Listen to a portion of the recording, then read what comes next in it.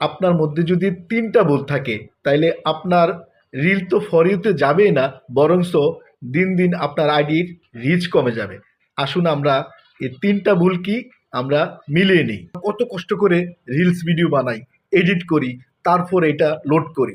আমরা যদি এই ৩টা ভুল করি তাহলে অবশ্যই আমাদের এই পরিশ্রমগুলা একদম বিফলে যায়।